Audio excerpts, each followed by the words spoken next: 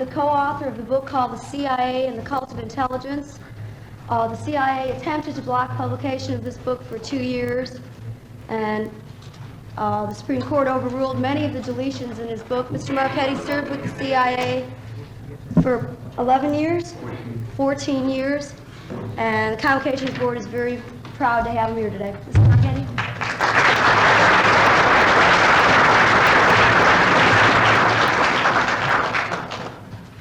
Thank you. There's some empty seats here for anyone who's standing. Just a moment. I'm sorry, but smoking is not permitted in the lecture hall.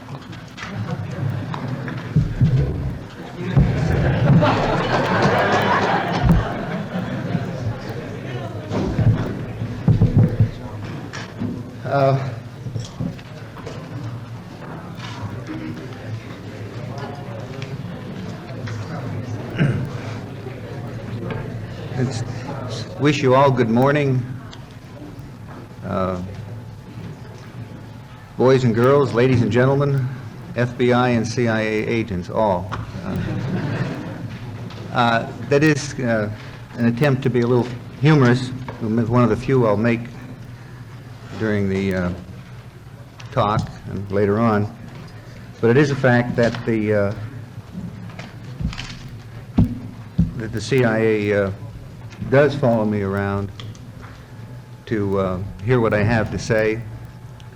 There is an organization in Chicago with whom they have a contract, Radio and TV Enterprises, which tapes any appearances or any talks I may give on radio or TV. They have friends at universities who supply them with transcripts or at least notes of what I say. The reason for this is that I'm operating under a permanent injunction, a lifetime injunction, unless I can get it overturned by the Supreme Court at some point, which says I can reveal nothing having to do with intelligence, factual, fictional, or otherwise, without first allowing the CIA to censor my writings or remarks. As a matter of normal procedure, I therefore speak extemporaneously. I make some notes on my way in. This is to prevent having to submit a speech to the CIA and give them 30 days to censor it. They have in the past, based on what I have said in talks and at radio stations and on TV, attempted to get me for contempt of court. January of last year, they brought contempt proceedings against me in the district court in Virginia, but the judge threw it out. I'd like to talk a little bit about secrecy. And secrecy, like knowledge, is a form of power. It's a special form of power. Knowledge is a tool that's used by scientists, scholars, artists, in order to achieve something, to develop something, to promote something, to portray something to a people. Secrecy is almost the exact opposite of knowledge in that sense. Secrecy is a weapon that is used by bumbling bureaucrats, conniving politicians, and the powerful representatives of the American political aristocracy, the people who really run the nation and the government. Secrecy is used to keep you from knowing something. Secrecy is used to keep you ignorant, because when you're ignorant, you're gullible and you're easily manipulated.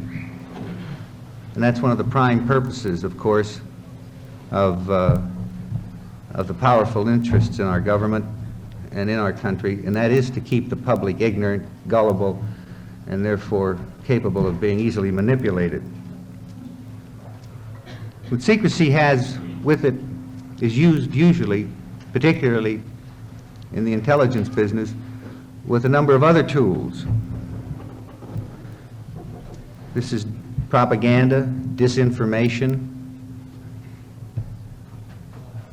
deceit or deception, hypocrisy, and sometimes just plain lying. It was through these kinds of techniques that the American public was ignorant of what the CIA was doing, acting as an instrument of the U.S. government, what the military was doing, and what the government itself was doing and planning in Vietnam, and which eventually led to a war and the loss of 55,000 boys, plus many others wounded, plus billions of dollars poured down the drain for a hunk of jungle that was in no way a security threat to the United States, was in no way in our national interest to defend, and which caused back home all kinds of problems, and which is today still causing problems. It is still part of our recession, part of our inflation. And what we should have been doing instead of fighting a war in Vietnam, like cleaning up our own problems back home, cleaning up poverty pockets that breed crime and all kinds of other problems, instead of cleaning up business, big crime, organized crime, instead of cleaning up white-collar crime and things of this sort, we were spending our money and our lives for a little hunk of jungle that didn't mean anything. And secrecy is used in this form over and over again, and always has been, by our government, to get us into trouble overseas, as well as to duck problems here at home. And nowhere in the government is the use of secrecy more evident than in the areas of national security or foreign affairs, both of which are closely related to the intelligence business, in which the CIA is a very important part. Every president of the United States since Harry Truman has lied at one time or another to the American public to cover up for the CIA's activities. Eisenhower lied about the CIA's involvement in the attempted coup in Indonesia in 1958. He later got caught in that lie when Alan Pope, who was shot down over Indonesian territory in a B-26 that was owned by Air America, or one of the subsidiaries of CAT, Civil Air Transport, which is a CIA proprietary organization. He lied about the U-2. And he got caught in that one too. I'd like to say two things about the U-2. One, maybe three things. One is that the U-2, at the time it was being operated, was, I think, a legitimate operation. And I'll tell you why. Back in the late 50s, the Soviet Union was on a campaign, a deliberate campaign, to convince the world and the United States government that it had a tremendous ICBM capability either in being or in the process of being developed. And we had no way of knowing if this was true or not. The U-2 was the aircraft that first began to overfly the Soviet Union and photograph the areas where these sorts of weaponry would have been installed, and kept coming back with blank pictures. Eventually we were able to figure out that Khrushchev, Marshal Malinowski, and the others had been lying. This took a great deal of pressure off of the leadership in the country, and it eased the tensions a little bit back in that period. It was the beginning of the end of the Cold War. What was wrong with the U-2 is that it continued to be used after it had become a provocative and highly risky operation. It was continued to be used at a time when each overflight was probably going to be or had a 90% chance of being the last overflight. Frank Powers, the pilot of that U-2 that got shot down over Sverdlovsk, was specifically chosen for that flight. He replaced another pilot. The reason they did this was that they knew that Frank Powers was the one guy who would push the destruct button on the aircraft. The aircraft was supposed to be armed with a 72-second destruct button, and if that button was pushed, the pilot had 72 seconds to get the canopy off and get the hell out of there before the plane exploded. It is my personal belief, knowing some of the people involved in that operation and some of the circumstances around it, that he's lucky if he had a 2-second destruct button. In any case, in speaking to him not so long ago, he said that he did push the button, only it didn't work. And when he was captured, this is one of the reasons Eisenhower lied so casually. He was convinced, and had been convinced by the CIA, that Powers was dead and that there was nothing remained of the U-2 except some fragments spread out through central Soviet Union. Other presidents have lied. Kennedy has lied about the CIA's involvement in various activities. Kennedy made the statement that he would like to break up the CIA and cast it to the winds after the Bay of Pigs. He did no such thing. He accepted the resignation of 3 top officers, and everything went on as usual. As you're now beginning to learn from the information coming out, leaking out into the press, operations against Cuba continued on full speed through the Kennedy administration and well on into the late 60s, including assassination attempts against Castro. Kennedy was tough, hard-nosed, foreign policy type president. He was the kind that believed in using the CIA, and he used it in Cuba, in Laos, in Vietnam, in the Congo, and elsewhere.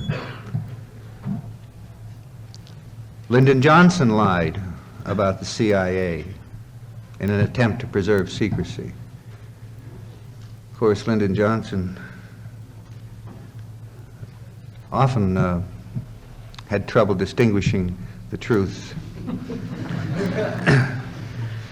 And ultimately, President Nixon lied about the CIA. He lied about the CIA's involvement in Chile and Greece. In Chile, he said we wouldn't intervene, we wouldn't have anything to do down there. We would be wrong to intervene in the internal affairs of some other government. Henry Kissinger at the same time was going around town saying, who, us intervene in Chile? Oh, Chile's just a dagger pointed at the heart of Antarctica. Well, we know that what they were really saying in those secret meetings were that no government has the right to choose its own, no people have the right to choose its own form of government if the United States does not approve of it. What he was saying was, in Chile, Kissinger was saying, I see no reason why I have to stand by and watch a country go communist simply because of the irresponsibility of its own people. And so they moved into Chile. And they supported, and they moved into Chile in a bigger way, and I think in a much bigger way than has been thus far made known to the public. They moved into Chile not only with their clandestine operatives, using all the normal techniques. I think it's pretty clear that they sent the coup team in. The coup team having on it people like Frank Bender. That's not his real name, but that was the name he used in the Cuban affair when he was planning the Bay of Pigs operation, and various other individuals.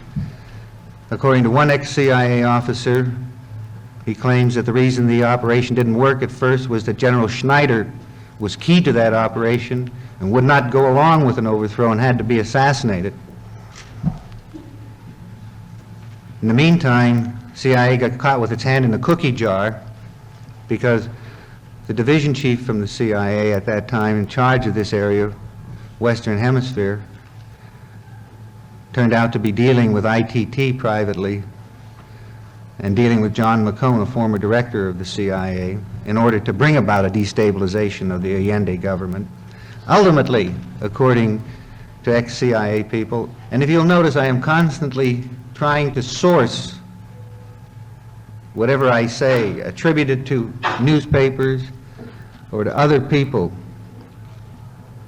because under the injunction in which I operate,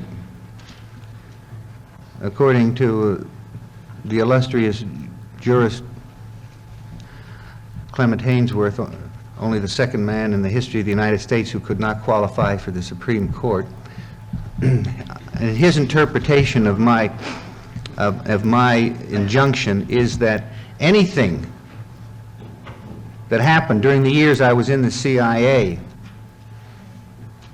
whether I knew about it or not, the court should go on the assumption I probably did know about it, and therefore I am forbidden from speaking about it unless the CIA or the United States government has officially put the information in the public domain. So that means that if Bill Colby comes clean with Congress to a certain extent and says, yes, we overthrew the Chilean government, but he did it in secret, and then because he did not, then because no action was taken on this, and then a pretty spunky representative by the name of Michael Harrington takes this information to the public through the newspapers, even though that information is true and it is in the public domain, it was not officially put there by the CIA.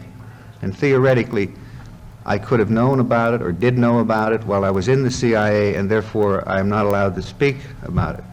So this is why I will constantly be citing other people and other sources wherever I can.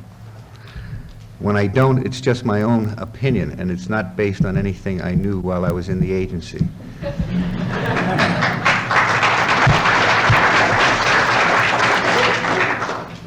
But in any case, they finally sent down terrible Ted Shackley, the guy who fought the secret war in Laos, and he brought off the coup d'etat.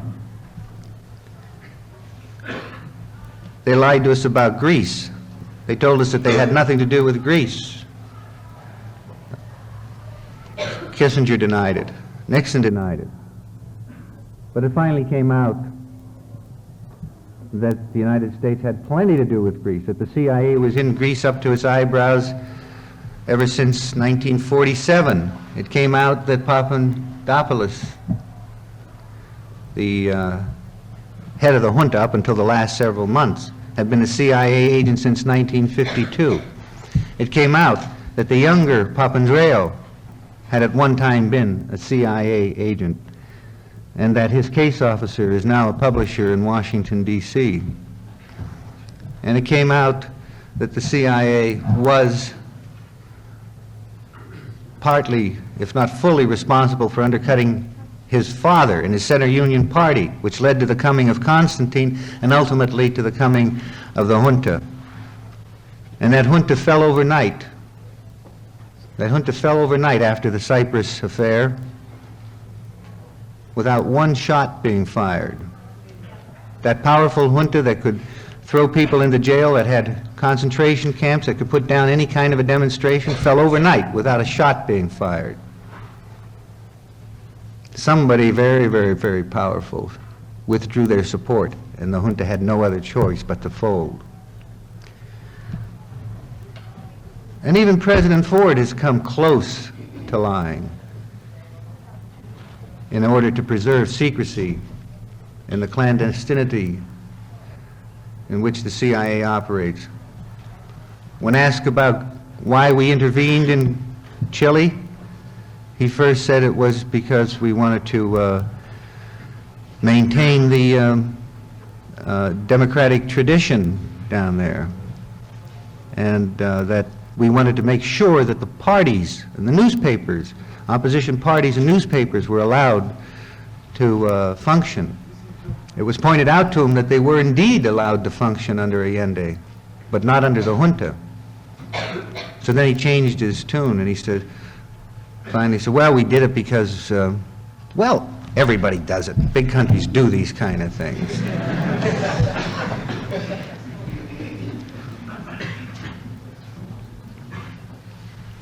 But secrecy, there are just so many examples of the kinds of problems it can cause.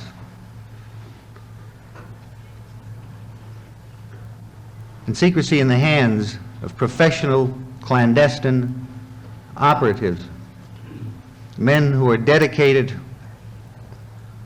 to a war, a secret war against, at one time it was against communism, then they changed it, they started getting into, they said it was crime, terror, and drugs, then they started saying it was subversion within our own country, and now I'm not quite sure what justification they're using. Mr. Colby just gave a speech yesterday down in New Orleans in which he was justifying the reason for secrecy. And it sort of seems to come down to that the real reason for secrecy, according to him, is that some of our friends overseas are getting nervous if we can't promise to keep certain things secret. I think maybe it's a good thing that some of them are getting nervous. I'm not worried that the junta in Greece or the junta in Chile is concerned that the United States can't keep secrets, nor that the dictatorship in Brazil feels that way, or certain other totalitarian and repressive governments in Africa, the Middle East, the Far East. Maybe it's a good thing that we can't keep secrets. But that's not the real reason why Mr. Colby wants secrecy. He wants it for the same reasons they all want it, to keep you in the dark, to keep you ignorant, so that the government can manipulate you and do what it wants.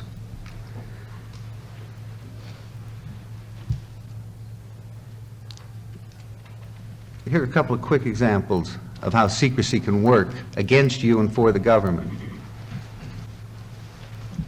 The ABM problem several years ago, the anti-ballistic missile problem, that information, the United States government had good information on the status of the Soviet anti-ballistic missile capabilities.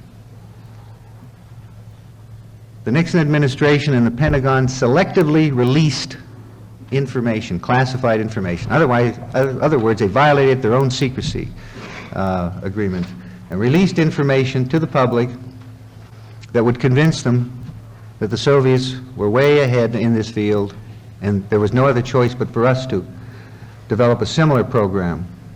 Fortunately, there was a rather tough old senator by the name of Cooper who was on his last term and just wasn't buying. And he finally forced the administration to come clean. He finally forced the CIA to come up there and give him the full story. When he got the full story, got all the evidence, the Pentagon was not given the money they wanted for the anti-ballistic missile program, and we to this day do not have an anti-ballistic missile program. If Senator Cooper had not shown that good sense, we would have by now probably poured away anywhere from $5 to $25 billion on a system that probably would never have worked. The reason for secrecy is so you don't know that the CIA is operating in this country, that you do not know that there's a domestic operations division, that this division is exactly like any other area division in the CIA's clandestine services. Just like the divisions that operate in Africa or Latin America or anywhere else, except this one operates in the United States. It's even more sensitive, more secretive than some of the other divisions. They don't have their headquarters at Langley where the rest of the spooks hang out. They have theirs elsewhere in the area. Instead of having bases in Bogota, they're in Boston. Instead of having bases in Calcutta, they're in Chicago. Instead of having bases in Lisbon, they're in Los Angeles. And these men are clandestine officers just like their cousins operating in Latin America. And they operate in the same style and in the same technique. I get nervous when people walk behind me.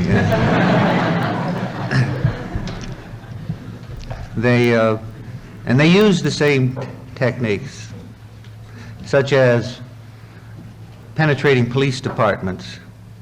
Why do you think the CIA is secretly, and has been forced, of course, to admit publicly, to secretly training U.S. police departments? Why do you think it is that ex-CIA people are showing up in key positions in law enforcement agencies of all sorts,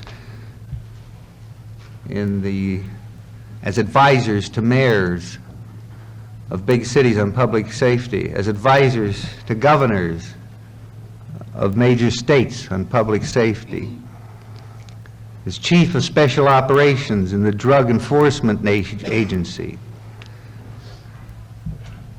Not all of these men have changed completely. They may have resigned from the CIA, then again they may not have. But even if they have, they're bringing with them the same techniques, the same attitudes, the same views.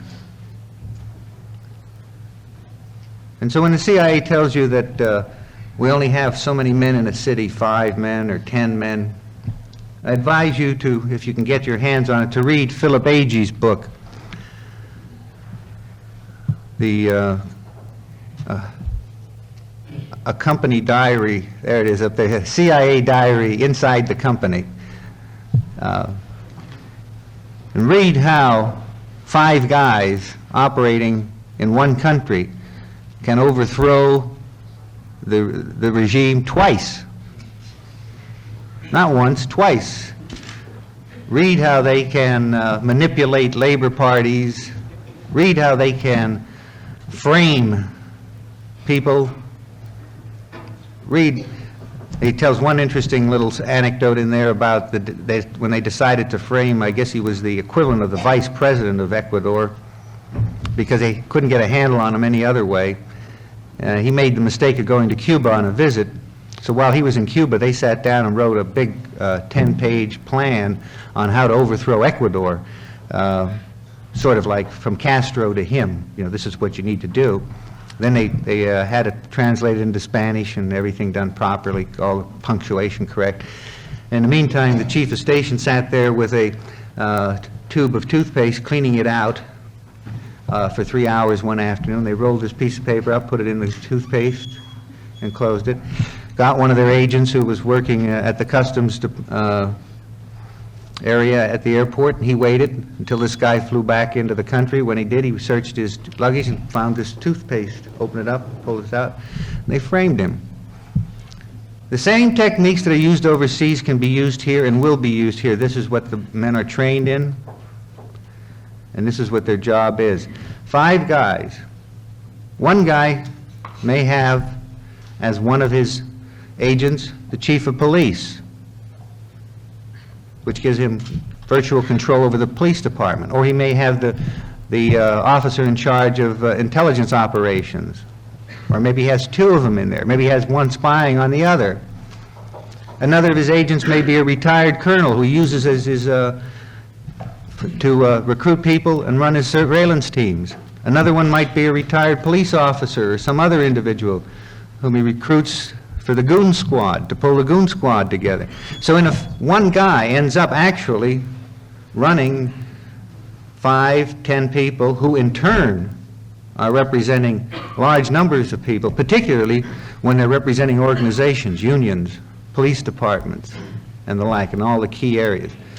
So don't be put off by just 5 men or the size of the CIA when they say they only have a couple thousand clandestine officers. Those couple of thousand clandestine officers have an awful lot of control, particularly when you put in with this the Alumni Association and all their other friends and allies in big labor, big business, in the media, in academia, and everywhere else.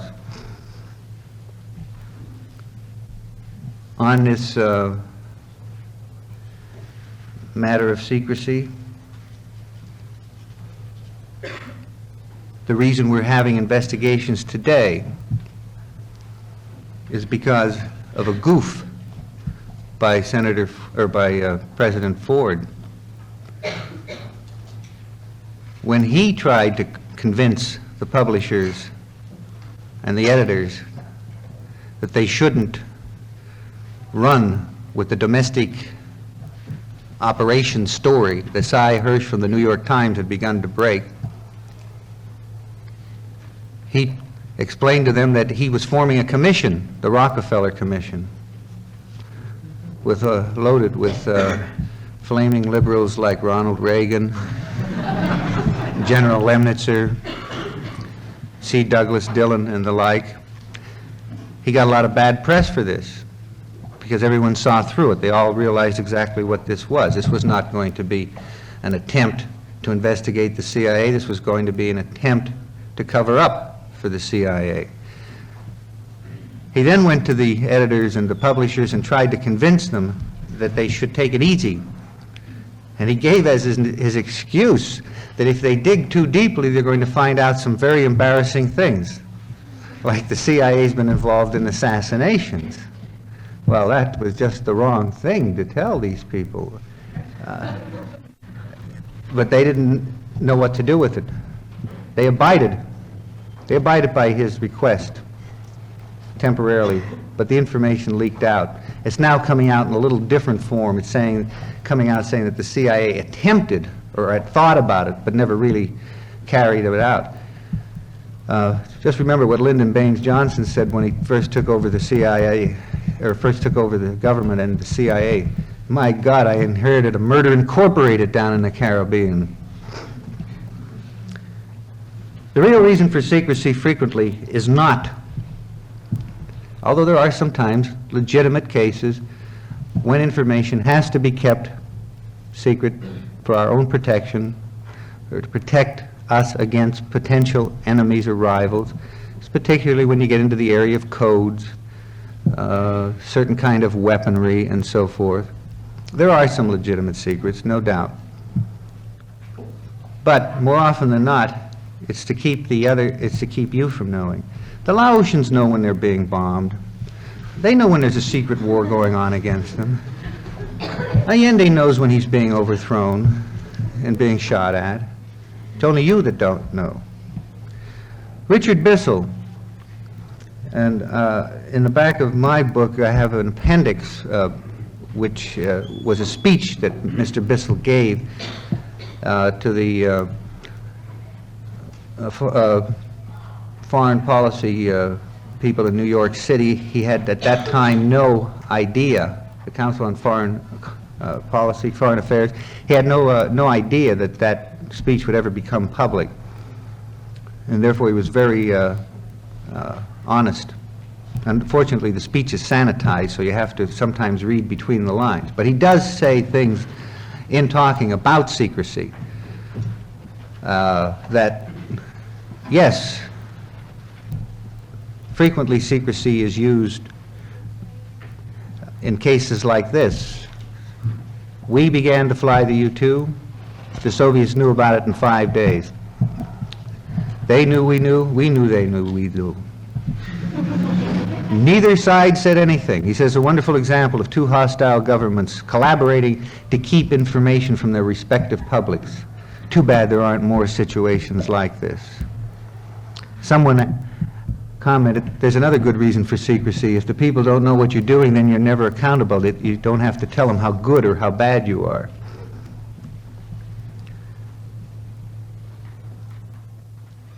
In my case, the reason is another example of why secrecy is important. There's nothing in the book that I wrote that is harmful to the national security of the United States government. And those are the grounds on which I wanted to negotiate the book, and those were the grounds on which I wanted to fight it in court. The CIA would never fight it on those grounds. Instead, they resorted to a technicality, which they said my secrecy agreement, which I signed when I first entered the agency, was tantamount to a contract between an employer and employee and binding in perpetuity. Fortunately, they were able to make this stick. Hopefully, the Supreme Court will hear the case sometime in this next term and maybe reconsider that decision. But a perfect example of what I'm trying to tell you about secrecy being to keep you ignorant, not the other guys, is Philip Agee's book. Philip Agee's book has been printed in a few 100,000 copies in English. You can buy it in London, you can buy it in Australia, New Zealand, South Africa, Canada. It's all over the continent, it's all over this country already. Anybody who wanted to read this for whatever intelligence information or national security information in there has already read it. Brezhnev's already read it if he wanted to. So is Zhou Enlai, all of them. And Colby is saying he wants to prevent this book from being published in the United States of America. Why? There can only be one answer. He does not want the American public to read that book. He does not want the American public to know how the CIA operates in Latin America, and therefore one can transfer this into how they operate elsewhere in the world and eventually come home to the kind of information that is now coming out on CIA activities in this country. In fighting both Agee and me, the CIA has never challenged the facts, has never fought the issues. They resorted instead to discrediting people. They tried to make people think Agee's a communist spy. They tried to do similar sorts of things to me, except that I live in the same house that I lived in before I left the CIA. My kids go to the same school, I go to the same church. Everything's exactly the same, so they couldn't discredit me. And in the meantime, when I got in contact with senators and congressmen, reporters and other people, then they had to resort to little tricky techniques like entrapment, putting people in my path. If I would have dealt with, inviting me to East Berlin to write my book, or to some other foreign country, or people calling me up on the telephone and saying, "You remember tunnel operation Berlin?" Yeah. Put an ad in newspaper, I'd be in touch with you. Yes, I'll put an ad in the newspaper. I used to turn these things over to the CIA's chief of security. For some strange reason, Oz always seemed to be more, because I would always say to him, Oz, if this is legitimate, you know, this isn't my bag, and it's up to you guys to do something about it. But if it isn't legitimate, knock this shit off. And he'd always be more concerned about my anger than about who sent the letter, what's the postmark on it, and, you know, who was the individual. Of course, maybe he suspected that I knew that those letters weren't coming through the mail, because I went out one day a little early. I get rural mail delivery where I live, and opened up the mailbox, and there was a letter in it for me. I looked in the other mailboxes. Nobody else had any mail. So I read this invitation to come to some foreign country to write a book. And a half hour later, one of the kids came home from school and said, "Hey, Pop, here's the mail," and plunked it down. In the meantime, the real mail had been delivered. Well, finally, to stop this, I called the FBI on the last attempt. And believe it or not, it stopped. I don't know what that tells you about, but I just think it's kind of interesting. In any case, they have not, and still do not, deal with the issues. Their friends in the press, various magazines, various newspapers, write a lot of spooky stuff to scare you, about how Portugal's about to go down the drain, and gee, isn't it too bad that the good old CIA isn't around to do something about it? talks about the Middle East, you know, what the CIA could do in the Middle East. What can the CIA do in the Middle East? What can anybody do in the Middle East? This is a 20th century problem, a very complex economic, social problem. It cannot be solved by gunboat diplomacy or the 20th century's answer to gunboat diplomacy, the cloak and dagger. It's going to be solved by everybody giving some and getting some, and everybody respecting everyone else.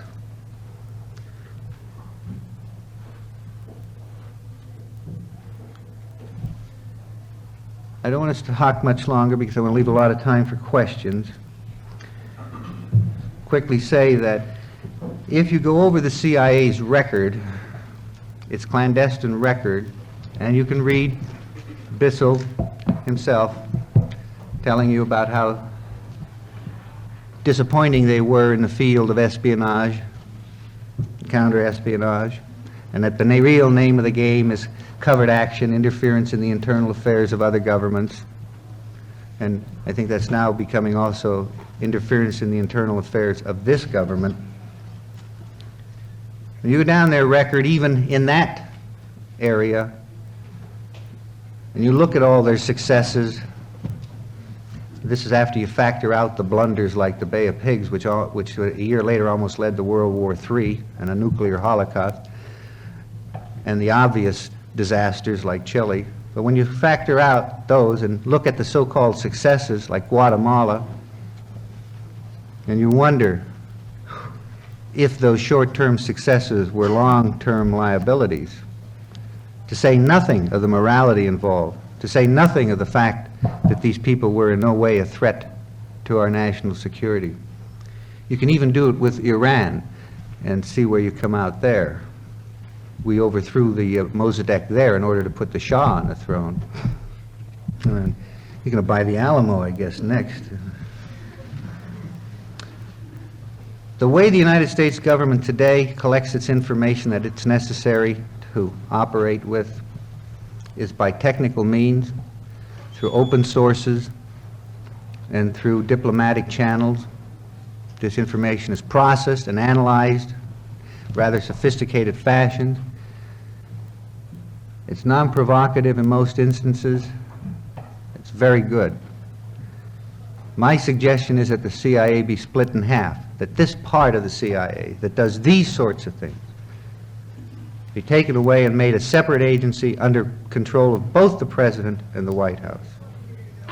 That the clandestine activities of the CIA, particularly its covert action operations, be abolished.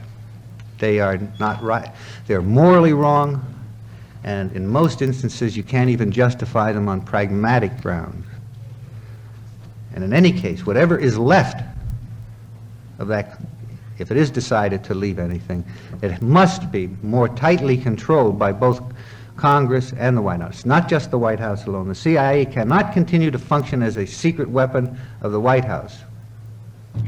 And it does, and make no mistake about that, that in most instances the CIA, certainly when it comes to major activities, they're either carried out with the President's approval or at his direction. We're now in a very crucial period in our history. You can call it the war on secrecy. It's in a sense, it's a kind of a second civil war. In this case, it's all the powerful interests, all the people who have everything to gain by an authoritarian form of government against the public, the people, who are more concerned with day-to-day affairs and with their individual rights, the rights to be do what they want to. I'm not going to give you a lot of religion. I'm not going to get on my populist soapbox, but that's what it boils down to. And it's now or never. The Rockefeller Commission isn't going to do anything. I've spoken with them. They've been embarrassed into doing more than they intended to do, but they're going to come up with, I'm convinced, some kind of a conclusion like, yes, the CIA made a few mistakes domestically, but that's all over with. We've corrected the others, and now it's business as usual, and we have some kind of a recommendation for a little more control of the CIA. Instead of just having Senator Stennis, let's have another Southern senior senility look him over like Sparkman, too, sir. And, but the House, and particularly the Senate special commissions, have a good chance of working. I get a little nervous when I find out that one of the staff officers is an ex-CIA man. I get a little nervous when I find out that one of the secretaries is married to a deep cover CIA guy who was blown by AG. I just hope that for every penetration that the CIA may have, that there will be one hard-charging, honest, objective, sincere senator to balance it off. And I think it might be. Tom Braden wrote an article recently in Saturday Review. I read it the other night on my way up to Boston. I was shocked. He said the CIA was an organization of arrogant men, an organization of powerful men, and men who had two sets of ethics and a few other things similar to what I'm saying now. I found that very odd, because in the times that I've debated Tom Braden publicly, and I said those things, he said the exact opposite. In fact, the last time he got so damn angry at me, after cursing me out in the restaurant, he then proceeded to write an article roasting me.